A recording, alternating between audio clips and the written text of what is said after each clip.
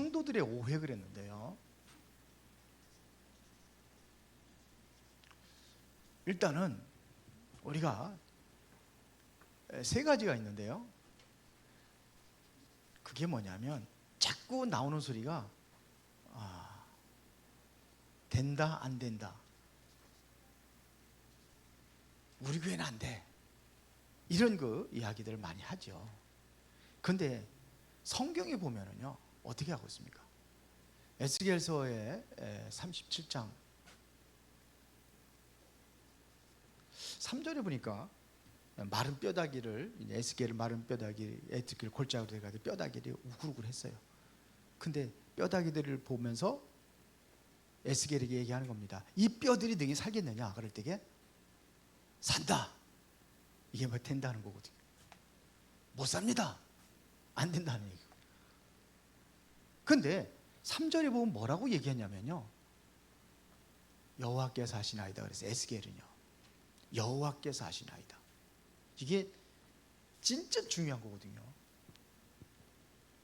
된다 안 된다가 아니에요. 하나님이 하시면 돼요. 그때 뼈들이 일어났어요. 이게 절대 불가능한 거잖아요. 된다고 그러면은 이건 뭐 허무한 거고, 안 된다 하면 불신앙이고, 여기에 주름 많이 빠져 있다 이런 얘기예요. 그래서 하나님이 하시면 됩니다. 이제 전투 캠프 시대를 이제 우리가 이제는 열어가려고 하는데 하나님이 하시면 돼요.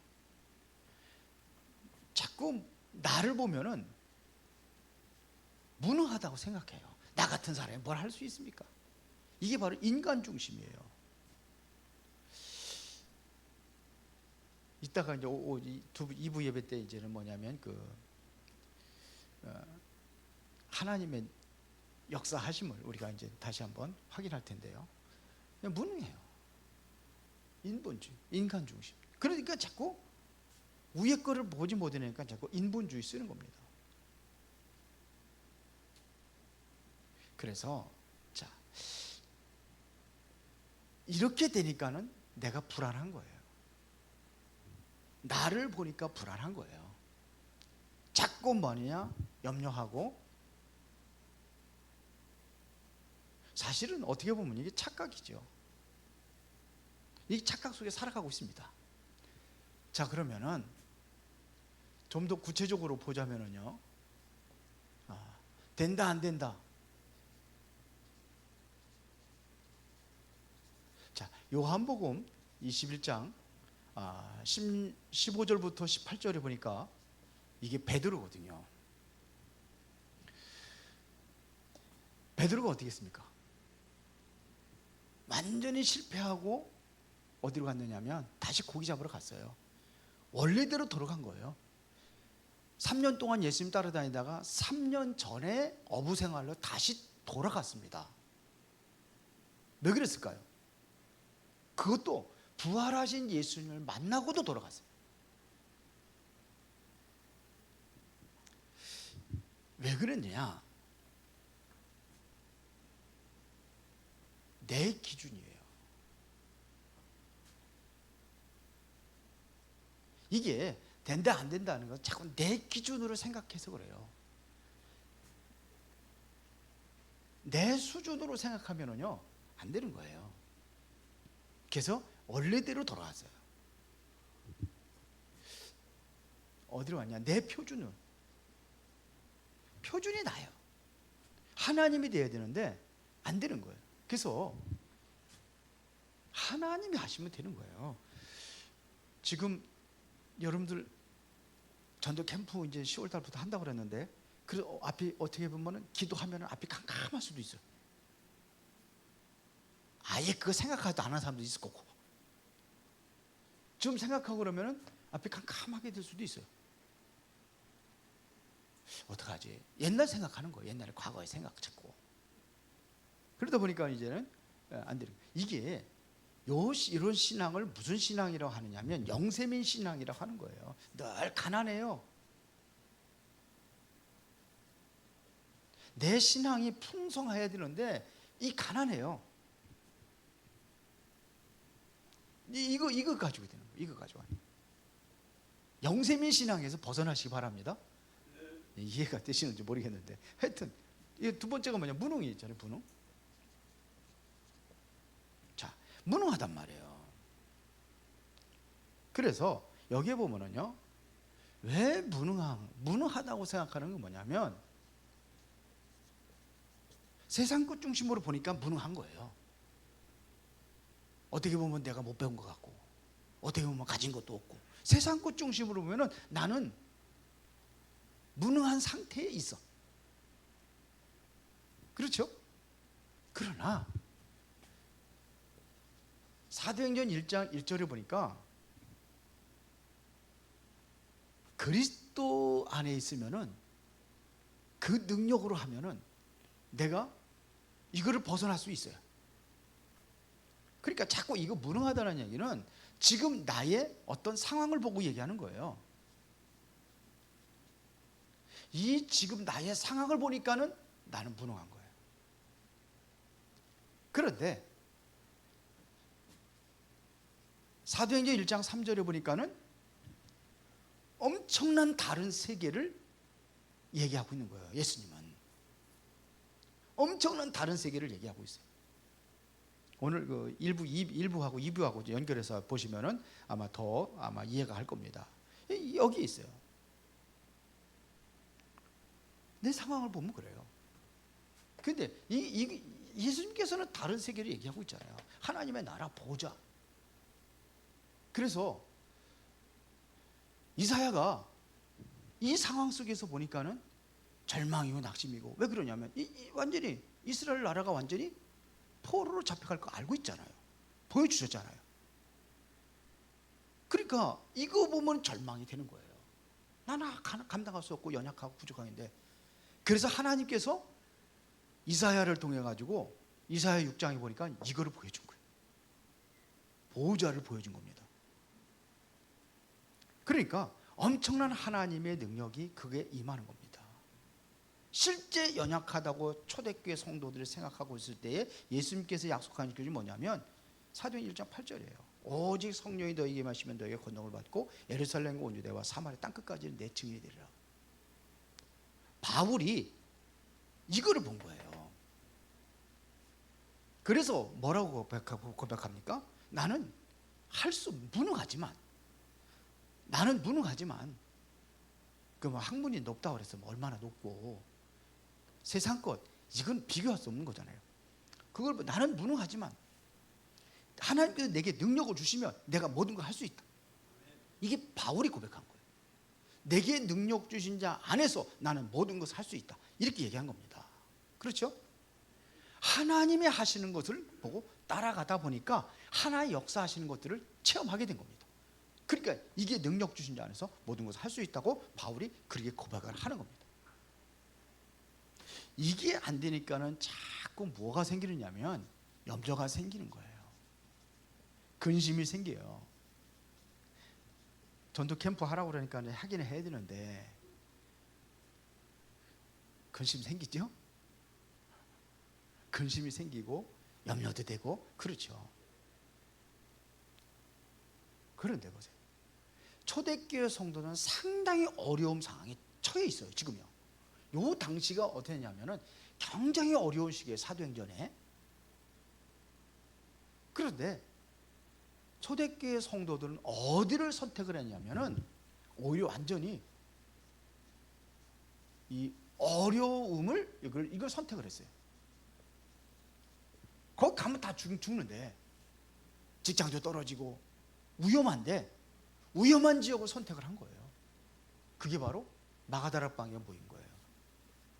그래서 사도행전 1장 14절에 보니까 어떻게 했느냐, 오로지 기도에 힘쓰니라. 사실 여기 가면 죽어요. 그런데 이게 답이에요. 초대교회 성도 이게 답이에요. 여기에 하나님께서 응답하신 것이 뭐냐면은 사도행전 2장 1절부터 47절에 이게 응답이에요. 여기 엄청난 응답을 하신 거예요. 무능하고 안 되는 상황이지만 하나님께서 능력을 주시니까 그 능력으로 하는 겁니다. 절대 불가능한 건데 하나님께서 응답하시니까 이게 바로 최고 응답이에요. 이거보다 더 큰 응답이 어디 있습니까? 이 응답을 받은 겁니다. 누구 이름으로요? 예수 이름으로 모였을 때 하나님께 약속하신 거예요. 최고의 약속.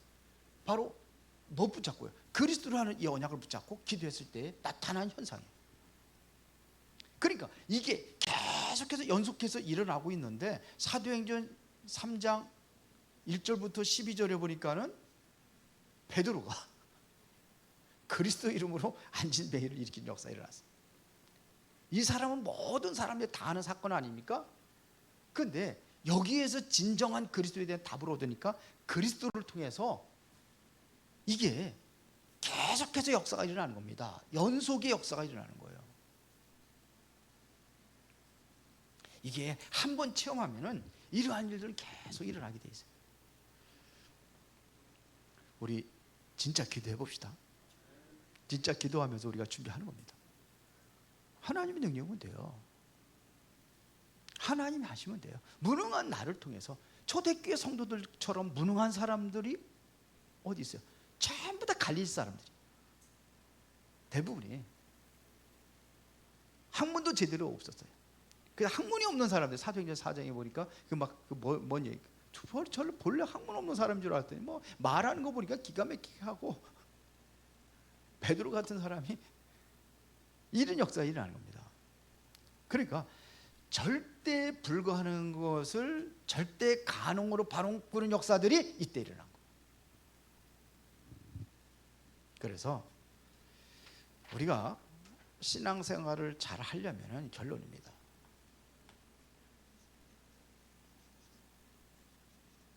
우리가 신앙생활을 잘 한다는 것은 바로 뭐냐면, 이제 자꾸 말씀 속에서 뭘 얘기하느냐, 미래를 얘기하거든요. 이거를 앞당겨 볼 수 있는 사람이에요. 미래를 앞당겨 볼 수 있는 사람이 돼야 되는 거예요. 이 사람들이 어떤 사람들이냐? 히브리서 11장의 사람들이 보니까 믿음의 사람들이에요. 히브리의 11장 사람들이 바로 이거를 본 거예요. 미래를 앞당기고. 그러니까 내가 지금 위험을 당하고 내가 죽어도 미래를 본 거예요. 미래를 보니까 내가 죽어도 괜찮은 거예요. 이걸 못 보니까 지금 상황에서 절망하고 낙심하고 염려하고 근심하고 그 상황인데 그것이 이길 수가 있었던 거예요. 그렇죠? 초대교회 성도들도 마찬가지입니다. 이 당시 얼마나 핍박이 심했습니까? 그런데 모든 것을 이길 수 있었대요. 오히려 그거를 선택을 했다니까요. 그쪽을. 여기에 모인 사람들이 바로 뭐냐? 그거를 선택을 한 거예요. 사도행전 여기를 그리스도. 그래서 거기서 기도한 겁니다. 우리는 미래뿐만 아니라 마지막, 성경에 보면 마지막을 얘기하고 있어요. 마태복음 24장 14절에 보니까는 마지막이 온다고 이야기하고 있어요. 이건 불신자들도 얘기해. 말세 지말이다. 이것도 불신자들도 얘기를 하고 있단 말입니다. 그래서 이거를 생각하면서 우리가 기도하고 캠프하고 성전도 건축을 하고, 그럼 어느 중직자 분이 그러시더라고요. 이제 우리 교회에 어떻게 우리 좀 알아봐야 되지 않습니까? 그리고 가끔 가다가 알아보고 하시는 분도 있는 것 같더라고. 딴데. 근데 이제 지금 너무 무리라는 생각이 들으니까 이제 안 하고 있는데, 그러니까요. 이거를 보고 우리가 헌금도 하고 이거를 보고 우리가 준비하는 겁니다. 마지막 때. 우리는 뭘 보고 하거든요? 사실은 마지막이 아니라 영혼이라는 것을 보고 우리는 여기에 헌신하는 겁니다. 영혼이라는 걸 보는 거예요. 마지막이 아니라 우리는 영원히 남는 것. 여러분들이 뭐냐? 이거를 남기는 거예요. 그렇죠? 이것을 알아야 우리가 헌신도 제대로 할 수 있고, 이것을 알아야 이게 전부구나 해서 여러분들이 캠프에 대해서도 도전을 할 수 있고 그렇게 되는 겁니다. 이게 봐야 돼요. 이것을 본 자는 핍박도 이길 수 있는 거예요. 핍박이 왔다, 그거 이기는 겁니다. 초대교회가 어떻게 이겼냐? 핍박을 이걸 알으니까 핍박도 이기고 거기서 성공할 수 있었던 것입니다. 그래서 실제로 우리가 이거를 누리고 여러분들이 정말 기도한다면은 하나님께서 하실 거예요. 우리에 있는 오해 이거 다 풀어버리고 정말 하나님께 기도하는 겁니다. 아멘. 이렇게 하고 이제 2부 예배 메시지를 다시 한번 생각을 하는 겁니다. 살아계신 아버지 하나님 감사합니다. 오늘도 중요한 응답을 누리는 성도들이 되어지기를 원합니다. 이곳에 중직자들과 렘넌트도 함께 모였습니다. 이제 우리가 오해하고 있는 사실들을 다 벗어버리게 하시고 참된 하나님의 능력으로 모든 것을 감당하며 하나님의 영광을 위하여 올바로 쓰임받는 축복된 헌신자들이 되게 하옵소서. 예수 그리스도 이름으로 기도드리옵나이다. 아멘.